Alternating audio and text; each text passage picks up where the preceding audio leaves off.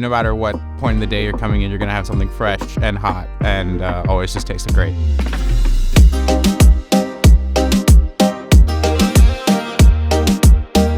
So our street corn always starts with fresh corn. We shuck it all in-house, usually daily.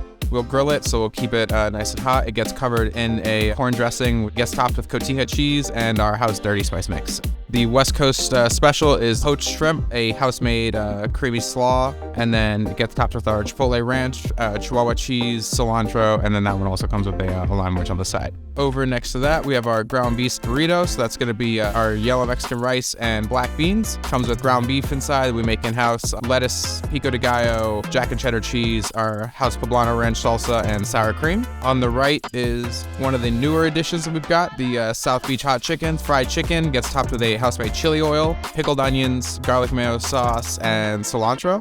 And our queso is really simple. We use a gluten-free base, so it's solely just cheese and cream that's melted down slowly over time. We always take it low and slow with the queso, and then it just gets topped with a little pinch of cotija cheese. So our menu might look complex on the surface, but really it's a lot of sort of easy steps, and it doesn't require any sort of like super special training, or you don't need to know how to, cook like Michelin star food to be able to work here, although it might taste like it. It's approachable, but still complex from an outside perspective, I'd say.